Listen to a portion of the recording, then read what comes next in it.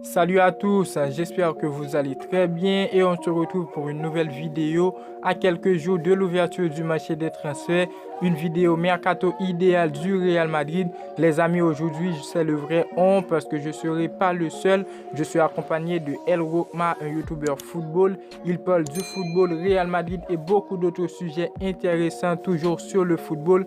J'aurai bientôt l'opportunité de passer sur sa chaîne. Alors je vous laisse le lien de sa chaîne en description. Allez vous abonner à lui. Pour le concept, comment on va procéder pour réaliser cette vidéo, on va revoir le 11 du Real Madrid, essayer de changer l'équipe, de recruter des joueurs pour les places où on remarque qu'il y a des failles. On va essayer de faire notre mercato. Sur cette vidéo, on va essayer de rester plutôt réaliste parce qu'on ne va pas à la recherche des joueurs qu'on sait vraiment honnêtement que le Real Madrid ne va pas avoir pour cet été. Alors je laisse la place à El Rokma pour donner son mercato coach gardien et ensuite je vous retrouve pour la ligne défensive. Au niveau du coach, Ancelotti devrait vraisemblablement rester au Real Madrid tout simplement parce qu'il a convaincu tout le monde, parce que personne ne l'attendait à ce niveau-là. Au final, le gars, il est venu, il nous a remporté une Ligue des Champions et une Liga, donc chapeau, merci à toi Ancelotti. En tant que supporter madrilène, je te remercie vraiment du fond du cœur pour cette saison 2021-2022 de fou. Et surtout, en plus de ça, Ancelotti a appris de ses erreurs parce que voilà, on savait qu'au début de la saison et même un petit peu deuxième partie de saison quand même, il a utilisé à peu près 14 joueurs, 15 joueurs, bon bref, il avait sa petite sélection et il n'utilisait pas la globalité de l'effectif. Alors qu'on sait tous à quel point le Real Madrid a un effectif extrêmement compétitif quoi qu'il arrive et qu'il y a certains joueurs qui mériteraient plus de temps de jeu et ça il l'a compris seulement à la fin, mais du coup on peut dire qu'il a appris de ses erreurs et que c'est super. Maintenant par rapport aux arrivées vis-à-vis des gardiens, bah écoutez, il y a eu beaucoup de fois le nom de Gabriel Slonani, donc le gardien de Chicago Fire aux États-Unis qui est beaucoup ressorti.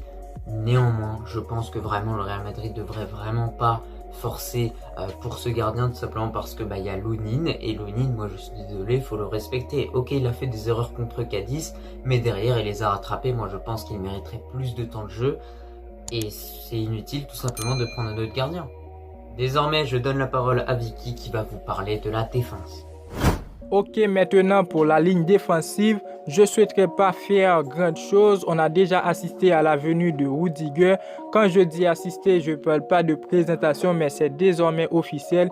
Il est un joueur du Real Madrid. À part, je ne sais pas, avant la sortie de cette vidéo, la présentation pourra peut-être déjà faite. Ok, ce n'est pas le sujet de cette vidéo. L'essentiel, c'est qu'on a déjà Rudiger en arrière central. Un grand coup avec 0 €. Il a signé pour 4 ans. Il pourra beaucoup apporter, je pense, dans ce 11 du Real Madrid. Il est un joueur expérimenté avec un palmarès incroyable et tout.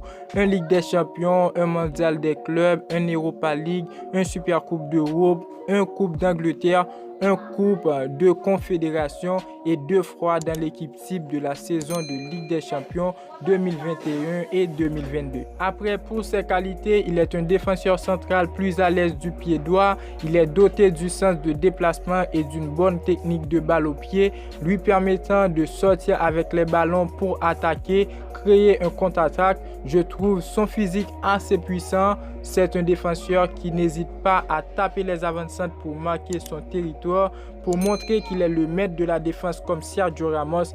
Et surtout, Rudiger a une très grande frappe de balle. C'est pour tout cela que je lui mets en défense et je suis très content de sa venue. Il pourra évoluer à droite. De son côté, je mets Militao, Eder Militao, arrivé en provenance de FC Porto à l'été 2019 pour 50 millions d'euros. Il s'est profité du départ de Ramos pour s'imposer. Le grand stopper de la charnière centrale, le mettre dans les tacles. Il est très bon de la tête grâce à sa taille 1,87 m, mais aussi grâce à une détente impressionnante à ses 23 ans. Il fait preuve d'une grande maturité, il est confiant, rapide, il est aussi capable de belles inspirations en attaque. Pour cela, je lui mets à gauche de Rudiger. Ensuite, pour les latéraux, à droite, il aura un très grand changement et à gauche, j'ai imaginé un nouveau recrue. On est à droite, on va devoir sacrifier un joueur, tout simplement Ferland Mendy, pour donner la place à Alaba, la place qu'il jouait avant, qui est l'arrière droit. Pourquoi? Parce que avant toute chose, je n'ai jamais donné toute ma confiance à Mendy. Je pense que dans les matchs à venir, avec Alaba, je serai beaucoup plus confiant. On l'a vu dans de nombreuses années au Bayern Munich. Je pense bien qu'au Real Madrid, il sera capable de gérer la droite. C'est un joueur complet qui a beaucoup de qualité. Il est très intelligent dans les tactiques. Il peut bien jouer en latéral comme au milieu de terrain. Il l'a fait à plusieurs reprises avec l'équipe nationale autrichienne et aussi au Bayern Munich. On traverse très rapidement à gauche, futur recrue du Real Madrid, un joueur très technique. Il évolue à Chelsea, il a 22 ans. J'aimerais bien qu'il débarque en Espagne pour ce mercato et surtout au Real Madrid. Pour cette place, je pourrais mettre un Carvajal, mais je trouve que cette saison, il était trop facile. Alors ce serait bien que je lui donne un concurrent.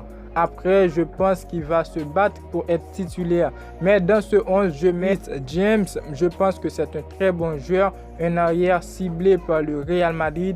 Il a de très bonnes qualités. Avec un prix d'environ 55 millions d'euros, je le trouve un peu bien accessible pour le Real Madrid. Cette saison, il a joué 31 matchs sous les ordres de Tuchel. Il a marqué 6 buts et délivrant 7 passes décisives. Toute compétition confondue, je pense bien que la saison prochaine, il fera meilleur et bien sûr au Real Madrid. Alors les amis, terminé avec la ligne défensive, je vous laisse avec l'invité El Roukma pour le milieu et ensuite on se retrouve pour les recrues du côté des attaquants. Maintenant, pour le milieu de terrain au Real Madrid, clairement, le milieu de terrain rêvé par tous les Madrilènes et par le Real Madrid lui-même, c'est clairement ce trio Valverde, Camavinga et Tchouaméni. Bonne nouvelle parce que le Real Madrid a un accord avec Tchouaméni, enfin un accord avec Monaco pour un transfert de Tchouaméni tout simplement. Donc Monaco, c'est toujours un club au niveau des transferts, quand ils ont une pépite, ils en demandent beaucoup et c'est pour ça que le Real va devoir vraiment sortir le chèque, sortir les arguments, etc. pour vraiment signer tout simplement Tchouaméni de façon officielle. Mais voilà, franchement, moi je pense que ça peut donner vraiment quelque chose de très très bon dans les prochaines années, ce trio Valverde, Camavinga et Tchouaméni. Néanmoins, il est important de ne pas oublier que le Real Madrid a perdu Isco et que également le Real Madrid a clairement dit qu'il ne s'intéresserait vraiment plus à Pogba et que tout simplement ils ont laissé la priorité à Tchouaméni. Je n'ai pas d'autre chose à vous rajouter par rapport au milieu de terrain. Moi, je vous laisse la parole maintenant à Vicky pour les attaquants. Ok, on dit merci à El Roukma, c'est un très bon pote. Merci BG d'avoir participé, d'avoir répondu à l'invitation. D'ailleurs les frères, je vous laisse le lien de sa chaîne en description. Allez lui donner vos soutiens. Pour l'attaque, il n'y aura pas beaucoup de choses, il n'y aura pas grand changement. Juste un recrue que j'aimerais voir, celui de Serge Gnabry. On pourrait lui placer à droite, il a 26 ans. Le Real Madrid est intéressé à lui faire venir pour une somme de 40 millions. Je pense que ce n'est pas un coup pour le Real Madrid quand on voit Gnabry qui a des énormes qualités. Cette saison, il a joué 27 matchs et marqué 10 buts en Bundesliga et je vois bien qu'il pourrait réussir au Real Madrid. Après, on a Vinicius qui est au top niveau depuis des mois. Il a pu donner la Ligue des Champions au Real Madrid. Il a donné une performance extra. Alors, j'espère bien que la saison à venir, il serait encore meilleur et pourrait partir à la recherche du 15e titre. Et on termine ce 11 avec le maître de l'équipe, le futur Ballon d'Or, Benzema. Vous le savez déjà, Benzema est un très bon joueur. Il est là pour marquer sur tous les coups. À ne pas oublier, Benzema est le joueur clé de ce 11 du Real Madrid et j'espère bien que la saison prochaine, il sera au top niveau comme d'habitude pour marquer, pour faire vivre les supporters du Real Madrid, les fans de foot et tout. Alors les frérots, la vidéo touche à sa fin. N'hésitez pas à vous abonner. Je vous remercie, vous tous qui êtes arrivés à la fin de cette vidéo. Merci, grand soutien à vous les frérots. La vidéo touche à sa fin. Abonnez-vous, je vous laisse le lien de la chaîne de El Roukma en description. Abonnez-vous à lui. C'est un très bon poteau, des superbes vidéos et j'apprécie vraiment son travail, la motivation qu'il a en faisant ces vidéos. Abonnez-vous à El Roukma, abonnez-vous à moi et n'oubliez pas, ici on parle 100% Real Madrid. Activez la cloche de notification pour ne pas manquer les suites des vidéos à venir.